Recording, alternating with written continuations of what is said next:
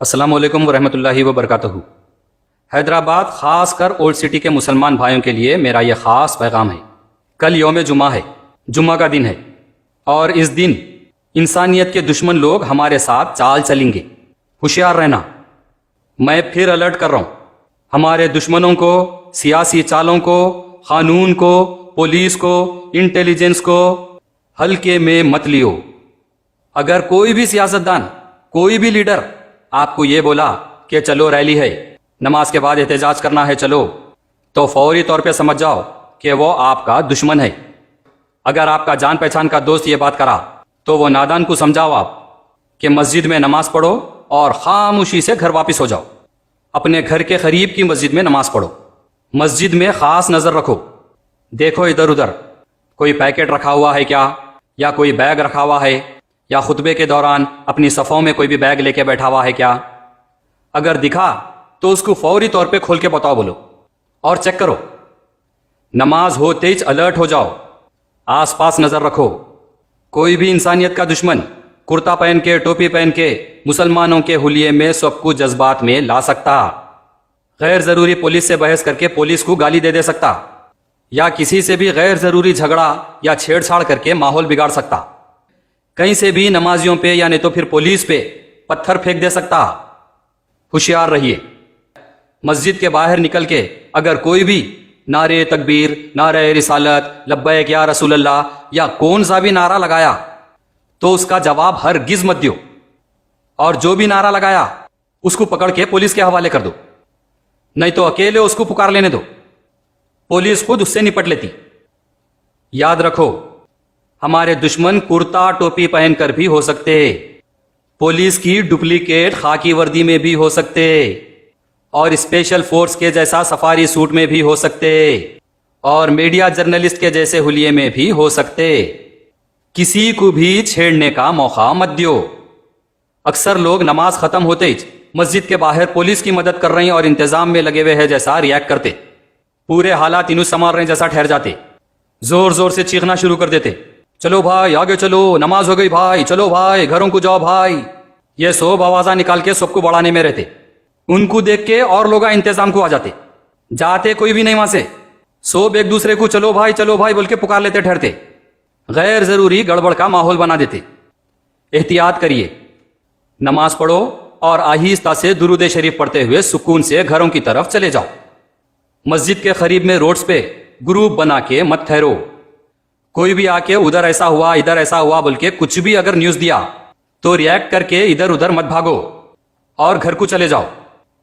میں کئی مساجد کے کمیٹیز کو فون کر کے یہ اطلاع دیا ہوں، ان سے ریکویسٹ کیا ہوں، اور اگر دوسرے مساجد کے کمیٹیز کے پاس بھی اگر میرا یہ پیغام پہنچ رہا تو برائے مہربانی جمعہ کی نماز کے خطبے سے پہلے اور نماز ہوتے ہی مائک میں یہ اعلان کریے کہ نماز ہوتے ہی سب شرافت سے اپنے اپنے گھروں کو لوٹ جاؤ۔ مسجد کے قریب مجمع بنا کے مت ٹھہرو، نعرے لگانے کی حماقت مت کرو، یہ اعلان کر دیجئے۔ ہو سکے تو مسجد کے دروازے کے پاس انتظامیہ کے 2 افراد کو کھڑا کریے۔ مسجد کے اندر کسی کو بھی کوئی اگر بیگ لے کے جا رہا، کوئی پیکٹ لے کے جا رہا تو اس کو بیگ اور کوئی پیکٹ اندر لے کے جانے کی اجازت مت دیجیے۔ فقیروں پر نظر رکھیے اور ان لوگوں کو مسجد سے دور ہٹائیے۔ جمعہ کے دن اتنا کام کر لئیے بس، اس کے بعد کیا کرنا ہے، کیسا کرنا ہے، قانونی دائرے میں رہ کے وہ تو کرنا ہی چاہیے۔ اس بار بخشنا نہیں ہے، چاہے کچھ ہو جائے، اور انشاءاللہ کر کے رہیں گے۔ بس ابھی کے لیے یہ تھوڑے حفاظتی انتظامات کر لیجئے۔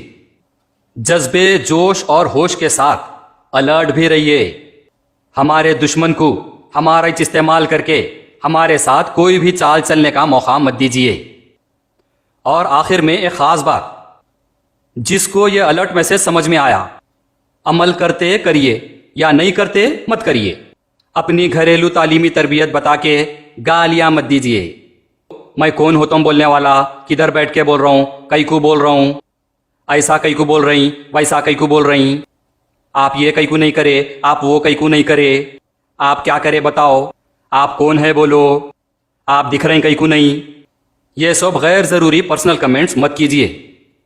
حیدرآباد کے مسلمانوں کا بد سے بدتر حال ہو گیا، ان کی رہبری کرنے والا کوئی نہیں رہا اب۔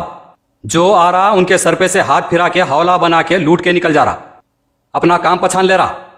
مفتیان اکرام، علماء دین، مشائخین، عالم، فاضل، کامل، بڑے بڑے اسٹیجوں پہ بیٹھ کے تقریراں کرنے والے، یہ بڑے بڑے باتیں کرنے والے، اپنے آپ کو مسلمانوں کا بڑا رہبر بتانے والے، بڑے بڑے ٹوپیاں، پگڑیاں، صدریاں، زبردست شیروانیاں، رنگ برنگے رومالاں ڈال لے کے اپنے آپ کو مسلمانوں کا بڑا بتانے والے، اللہ کا ہوں، رسول کا ہوں، علی کا ہوں، حسین کا ہوں، وہ ہوں، یہ ہوں، ایسا ہوں، ویسا ہوں بولنے والے، گھوڑے اور اونٹوں پہ بڑے بڑے جھنڈے لے کے پھرنے والے، بڑے بڑے گاڑیوں میں دولہے کے جیسا پھولا پہن کے ٹھہر کے اپنے آپ کو مسلمانوں کا آلہ بتانے والے، سوب کے سوب زبانوں پہ تالا پڑا ہوا ہے۔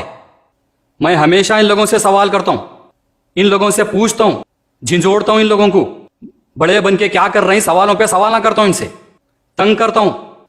یہ پہلی بار نہیں ہے، کئی مرتبہ اہل بیت اطہار کے تعلق سے گستاخی ہوئی، شہر میں اولیاء اکرام کے تعلق سے گستاخی ہوئی، خواجہ معین الدین چشتی رحمۃ اللہ علیہ کے بارے میں گستاخی ہوئی، حضرت غوث اعظم دستگیر رحمۃ اللہ علیہ کے تعلق سے گستاخی ہوئی۔ یہ لوگ سوب خاموش رہتے، سوب ہو گئے کے بعد میں آ کے ایسا بتاتے جیسا ان لوگ انچ کرے سب۔ ابھی بھی پوچھا کئی لوگوں سے میں فون کر کے، تو بول رہی ہو دیکھیں گے، اجلاس بلا رہی کہتے، راؤنڈ ٹیبل کانفرنس کرتے کہتے، آئیے آپ بھی بول رہے ہیں میرے کو۔ ادھر گھروں میں گھس کے مار مار کے اٹھا کے لے کے چلے جا رہے پولیس والے، ان لوگ اجلاس کرتے کہتے۔ رسول اکرم صلی اللہ علیہ وسلم کی شان اقدس میں گستاخی ہو گئی، ان لوگ حکمت عملی سے کام لے رہے کہتے، سوچ رہے لائن کی پلاننگ کر رہے کہتے۔ اور ایک صاحب بولے خاموشی سے کام کر رہے کہتے، کون سا گڑا کہاں پہ کھود لیتے بیٹھے ہوئے ہے کہ کیا ہے کہ خاموشی سے۔ ان میں سے تقریباً لوگوں کا وجود تو صرف سیاسی چاپلوسی میں زنگ کھا گیا، ناموس رسالت پر بھی بات آ گئی تو کچھ کرنے کے قابل نہیں رہے یہ لوگ۔ آدھار کارڈ میں نام دیکھو یہ لوگ کا، اتنا ہی رہتا، بس مسلمانوں کو بڑا چڑھا کے اپنے ناموں کے ساتھ بڑے بڑے القاب لگا کے، میں یہ ہوں، میں وہ ہوں، میں ایسا ہوں، میں ویسا ہوں، میں یہاں سے ہوں، میں وہاں سے ہوں، یہ سب دکھاوا کر کے بتا لینے والے کچھ نہیں تو کم سے کم مسلمانوں کو صحیح مشورہ دینے کے بھی لائق نہیں رہے۔ اس واسطے ہم جیسوں کو بولنا پڑتا۔ جزاک اللہ خیرن کثیرا۔